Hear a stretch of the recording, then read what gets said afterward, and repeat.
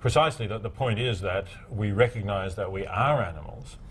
And of course, once we recognize that, then we have to ask the question, well, what's so different about us? I mean, admittedly, we have capacities to reason and to use language that exceed any non-human animals, although I do think some non-human animals can reason to some degree and can communicate in various ways. But I mean, that's not enough. For me, what's crucial is that we share with them the capacity to suffer. What's that famous quote from Bentham? Right, yes. He says, he asks what can trace what he calls the insuperable line between humans or beings that matter, that count morally, and beings that don't. And he says, well, suppose it was reason or something. He says a horse is more reasonable than a human infant. And then he says, but suppose it were otherwise, why would it matter? The question is not whether they can talk, nor whether they can reason, but can they suffer? Can they suffer? Yeah, I think that's crucial. Yes. In the abortion debate, people sometimes say it's absolutely crucial when the embryo can first feel pain, and they look at things like the development of the nervous system.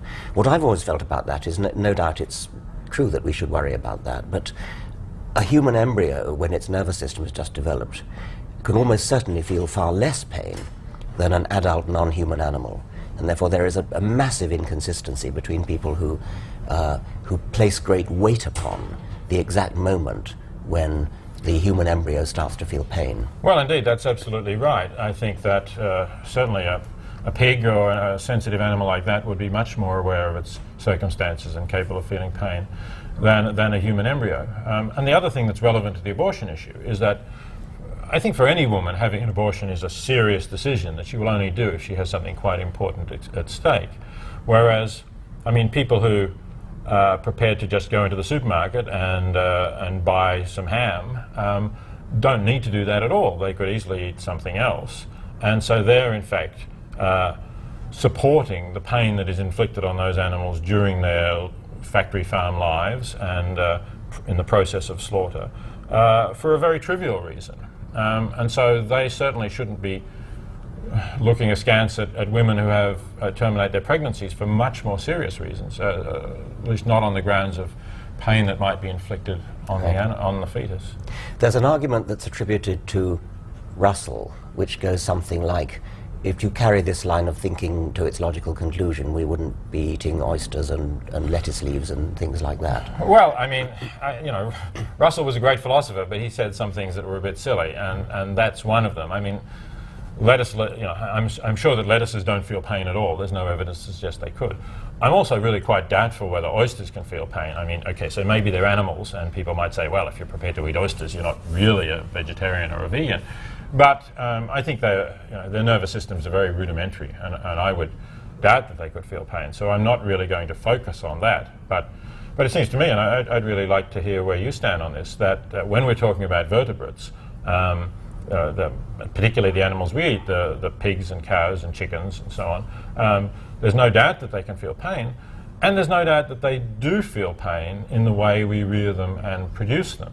So that's why I don't think we can ethically justify eating them. I mean, I think really once we accept the sort of the Darwinian picture that we're not somehow a specially created species that's been, got a God-given right to rule over the other animals, we really have to move towards not buying all of these products that come from animals and that really embody the suffering that those animals experience. Yeah.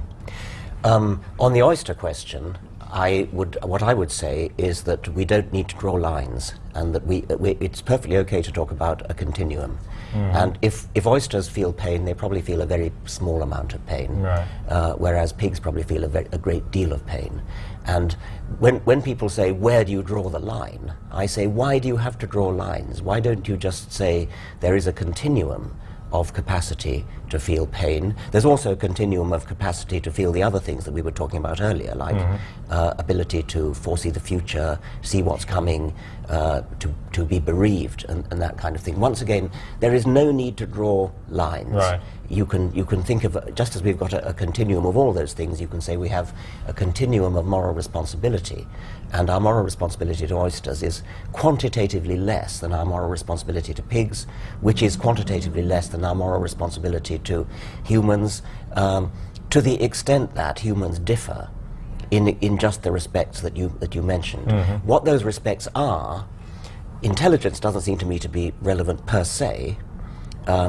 A capacity to feel pain is highly relevant, and I suspect you're right that there's no evidence to suppose that it's any worse, any more painful for a human to have a knife drawn through its throat or something than for a pig. So the only justification I can think of for eating meat, and I confess that I do eat meat, is the one you raised earlier, which is the difference in ability to know what's coming, ability to feel fear, ability to feel bereaved, and things like that.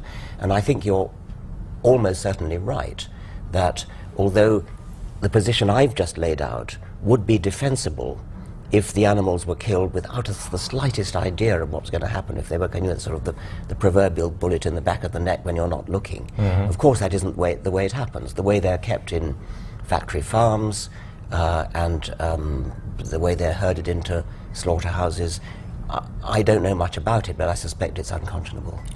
I think it is, and in a way I do think, I have to say, if you do eat meat, I think you have a responsibility to know something about it, because you surely don't want to support something which, may be not only just sort of wrong slightly, but, causing really serious and prolonged suffering to beings who, you agree, can't morally. So I don't think we can just sort of turn our heads and say, please don't tell me about it. That's too much like the good Germans who, didn't want to know what was happening to those Jews who were being. Yes, you're a much more moral person than I am, and I have to say that.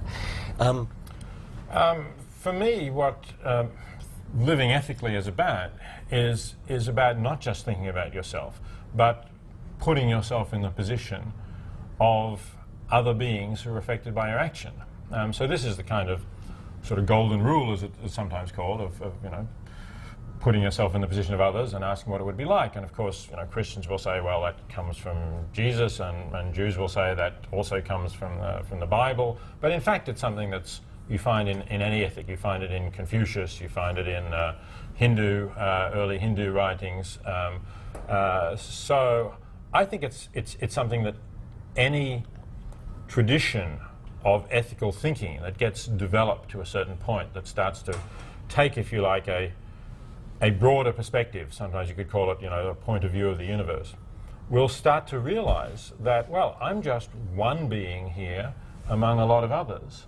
And there's nothing so special about me that somehow my sufferings are more important than your sufferings or anyone else's suffering of the people out there, or for that matter, of the animals. So we get to the point where we say, really to live ethically, you have to try and think what it's like for those others who are affected by your action. And, if you say, well, why care? Of course, it's possible not to care, but then you're just cutting yourself off from a part of reality, which is there. You're denying that it matters when, when you look at it as objectively as you can, it's obvious that it matters to them as it matters to you. Which leaves me in a very difficult moral position. I mean, I clearly, I think you have a very, very strong point when you say that anybody who eats meat has a very, very strong obligation to think seriously about it. And I don't find any very good defense. I find myself in exactly the same position as you or I would have been, well, probably you wouldn't have been, but I might have been 200 years ago, talking about, 200 years, perhaps a bit longer ago than that, talking about slavery, where somebody like Thomas Jefferson, a man of very sound ethical principles, kept slaves.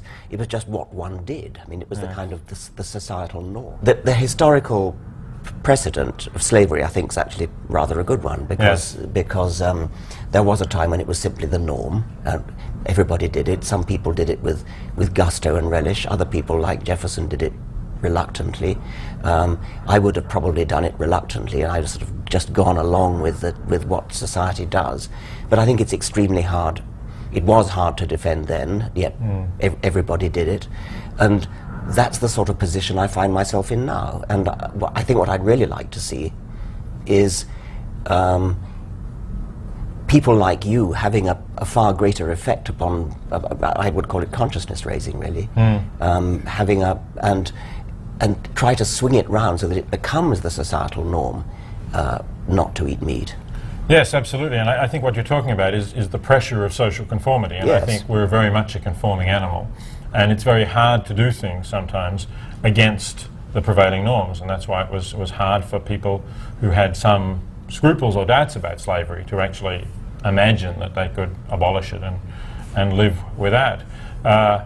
So I think that's, you know, we are making it more acceptable. I think in a way the animal movement is making progress. I mean, you can walk into any supermarket here and you'll find meat substitutes, meat alternatives, vegetarian dishes, you'll find soy milk, of course, and so on. So it's getting easier and it's getting more socially acceptable, and I think we just have to somehow get past that threshold where it won't be a difficult decision for people to make at all. It'll simply be something that they can see lots of people do, and you know, they'll feel better doing it, and gradually it will become a thing of the past, as slavery has now become a thing of the past.